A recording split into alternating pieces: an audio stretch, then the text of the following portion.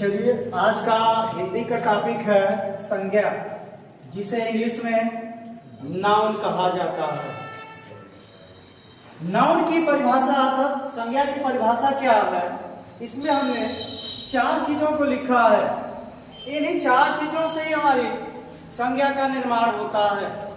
मोटे तौर पर अगर कहा जाए कि किसी का नाम हो, कोई वस्तु हो, या कोई स्थान हो, या कोई भाव, ऐसे चीजों को ही हम संज्ञा का नाम देते हैं। जैसे नाम में अगर हम लिख दें, तो नाम लिखना हो तो किसी का नाम लिख दे, जैसे अरुण। अगर कोई नाम दे दे अरुण, तो ये आपका कन्फर्मली क्या है, संज्ञा में ही आएगा। वस्तु में जैसे ईंट, पत्थर आपने लिख दिया, ये क्या हो गए, वस्तु हो गए। स्थान में जैसे लिख दे उत्तर प्रदेश, तो आपका यह स्थान हो गया। भाव में दौड़ना, खेलना, कूदना, ये सब चीजें क्या है, हमारी भावनात्मक चीजें है। अर्थात यहां से आपकी परिभाषा बनकर तैयार हुई कि किसी का नाम, किसी का वस्तु या स्थान या भाव को ही हम संज्ञा कहते हैं। अब बात करते हैं संज्ञा के प्रकार। संज्ञा कितने प्रकार की होती है, तो जैसा कि मैंने यहाँ पे एक बिंदु डाला है, व्युत्पत्ति के आधार पर संज्ञा आपकी कितनी होती है, और दूसरा आता है अर्थ के आधार पर। व्युत्पत्ति के आधार पर संज्ञा हमारी मूलतः 3 प्रकार की होती है, जिसमें सबसे पहला आता है व्यक्तिवाचक संज्ञा, और दूसरी आती है जातिवाचक संज्ञा, तथा तीसरी आती है भाववाचक संज्ञा। जबकि अगर अर्थ के आधार पर पूछे कि संज्ञा कितने प्रकार की होती है, तो संज्ञा 5 प्रकार की, जैसा कि यहाँ पे एक टाइटल डाला गया है। अब वो 5 में 2 बढ़ता कहां से है, तो वो बढ़ता है जातिवाचक संज्ञा से ही। यह जातिवाचक ही 2 भाग में टूट जाता है, जिसमें पहला आता है द्रव्यवाचक संज्ञा और दूसरा है समूहवाचक संज्ञा। और द्रव्यवाचक संज्ञा 3 भागों में बढ़ जाता है। ठोस पहला हो गया, दूसरा हो गया द्रव, तीसरा हो गया गैस। आइए अब चलते हैं, क्या ये तो हमने जानकारी रखा कि संज्ञा की परिभाषा क्या है, संज्ञा के प्रकार कितने हैं, तो संज्ञा व्युत्पत्ति के आधार पर कितनी है और अर्थ के आधार पर कितनी है। जब ये जानकारी हो गई, तो अब हमें संज्ञा को पहचानने का तरीका ढूंढना होगा। जैसा कि पेपर में कोई उदाहरण दे देगा और हमें छांटना होगा कि इसमें संज्ञा का नाम बताओ, तो इसके लिए मेरा वो तरीका क्या है, व्यक्तिवाचक की ट्रिक क्या होती है, आइए जरा इसे समझें। व्यक्तिवाचक का सबसे आसान तरीका है कि कोई भी व्यक्ति होगा, चाहे वह जिस नाम का ही हो, कहीं न कहीं वह एक होगा। जैसे उदाहरण तौर पे राम नाम का कोई भी व्यक्ति होगा, एक ही होगा। अरुण है तो कोई एक ही होगा। अब आते हैं जातिवाचक का ट्रिक। इसकी ट्रिक क्या कहती है कि आप देखते हैं समाज में कि जातियां अनेकों होती हैं, अर्थात अनेक जातियां हैं। जैसे अगर हम ये कहें गाय, तो गाय में कौन सी गाय, लाल वाली गाय कि काली वाली कि बूढ़ी वाली कि जवान वाली कि बच्चे वाली। तो इसलिए हम आसानी से इसको पकड़ सकते हैं। जब वो गाय में यह नॉमिनेट कर दे कि वह लाल गाय, तो पक्का ही वह व्यक्तिवाचक में चला जाएगा। अब बात करते हैं तीसरा भाववाचक संज्ञा को पहचान की ट्रिक। भाववाचक के नाम से ही समझ में आ रहा है कि कहीं न कहीं उसमें कोई भावना होगा या कोई गुण होगा, जिससे हम उसको पहचान सकते हैं कि यह भाववाचक है। जैसे बुढ़ापा, बचपन, तो कहीं न कहीं हमारी अवस्थाएं या हमारी भावनाओं को दर्शाता है।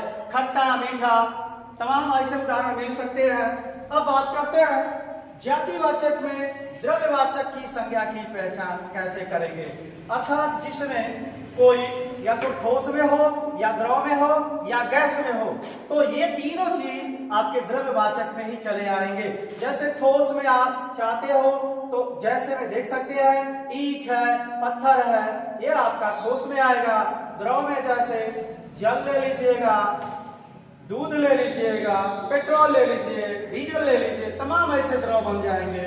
गैस में आपको पकड़ना है CO2 गैस, O2 गैस, तमाम गैसें जो है सभी द्रव्यवाचक में ही आएंगी। अब बात करते हैं समवाचक का ट्रिक। अब इसे कैसे पहचाने? तो समवाचक मूलतः जत्था में ही होते हैं। कहाँ होते हैं? जत्था में या समूह में ही होते हैं। जैसे सेना, सेना हमारी जब भी कही जाती है तो पूरा उसके समूह की ही बात होती है। पंचायत, पंचायत होती है तो वहां पे कहीं ना कहीं 10, 5, 20 जो भी है उनका एक कहीं ना कहीं ग्रुप बनता है। इस प्रकार से हम ज्ञात कर सकते हैं कि यह समूहवाचक संज्ञा होगी। आइए नेक्स्ट इसके प्रश्नों को समझने के लिए हम उदाहरण समझते हैं। जिसमें सबसे पहला क्वेश्चन है भाववाचक संज्ञा कौन सी है?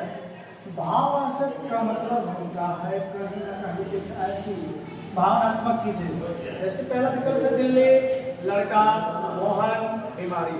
अर्थात दिल्ली स्थान है, लड़का कहीं जाति है, मोहन कोई नाम है, बिजली बीमारी कहीं ना कहीं आपका क्या है? भावना चीज है। तो अतः हमारा बीमारी सही होगा। समूहवाचक, समूहवाचक संज्ञा कौन सी नहीं है? अर्थात जो समूह में हो, तो समूह सभा में भी होता है, कक्षाएं हमारे समूह में होती है, भीड़ भी हमारे समूह में ही होते हैं। लेकिन दौड़ आप अकेले भी दौड़ सकते हैं, इसी कारण यह होगा। अगला है संज्ञा शब्द कौन सी है? जैसे संज्ञा शब्द आएगा तो इसका मतलब यह होता है कि नाम, स्थान, वस्तु, भाव, ये 4 चीजों में से कोई एक होना चाहिए तभी वो आपका संज्ञा होगी।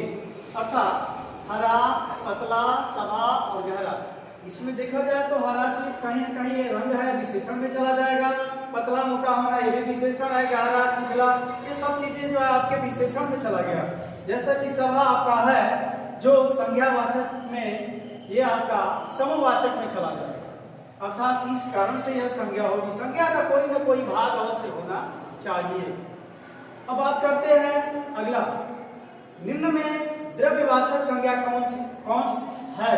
तो द्रव्यवाचक का मतलब ये होता है कि जिसमें द्रव्यवाचक का जैसे ही नाम आता है वह ठोस हो, द्रव हो या गैस हो, तीनों में से कोई एक होगा।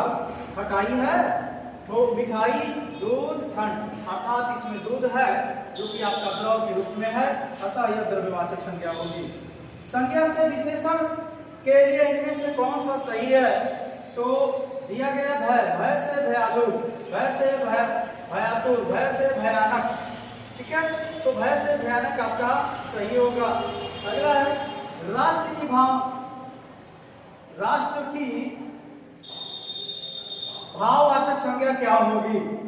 अब आगे यहाँ पे देख लें, जब भी कोई जातिवाचक संज्ञा होती है उस जातिवाचक को भाववाचक में बनाया जाता है तो उस शब्द के अंत में या तो क जोड़ दे, पद जोड़ दे, या बड़ी, या हट, ईमा, अन या ता जोड़ दे तो हमारा वो भाववाचक संज्ञा बन जाता है। तो राष्ट्र का क्या होगा? राष्ट्रीयता अंत में ता जुड़ा हुआ है, इसी कारण आपका भाववाचक संज्ञा होगी। 7वां है प्रयागराज संज्ञा की दृष्टि से क्या है?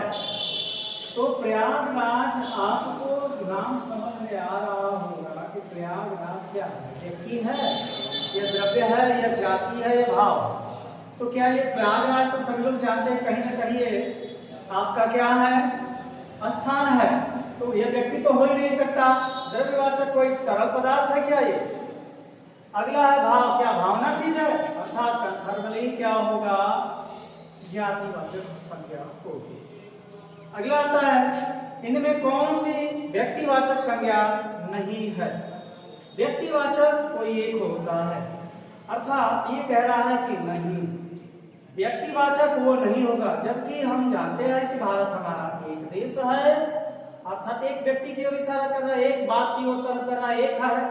गंगा नदी हमारी एक है, त्रिपिटक जो बौद्ध धर्म की पुस्तकें हैं वह एक है, जबकि लेखक से हमें ये समझ में आ रहा है कि किस लेखक की बात कर रहा है, महिला की पुरुष। इस आधार पर हमारा यह व्यक्तिवाचक संज्ञा नहीं है। नेक्स्ट आगे बात करते हैं कवि में कौन सी संज्ञा है। कवि से आपको ये समझ में आ रहा कि कौन सा कवि, महिला पुरुष, अर्थात इससे हमें कंफर्म नहीं हो पा रहे हैं कि कौन सा होगा, अर्थात यह होगा जातिवाचक संज्ञा। नेक्स्ट आते हैं भाववाचक संज्ञा कौन सी है। भाववाचक अर्थात भावना, जिसमें अमीर, गरीब, भिक्षुक और अमीरी, जिसमें कहीं न कहीं भाववाचक संज्ञा बनाने में आपको बताए थे क्या, त्वा जोड़ दो, बड़ी का मात्रा जोड़ दो, अन जोड़ दो, पन जोड़ दो, आव जोड़ दो, हट जोड़ दो, ता जोड़ दो।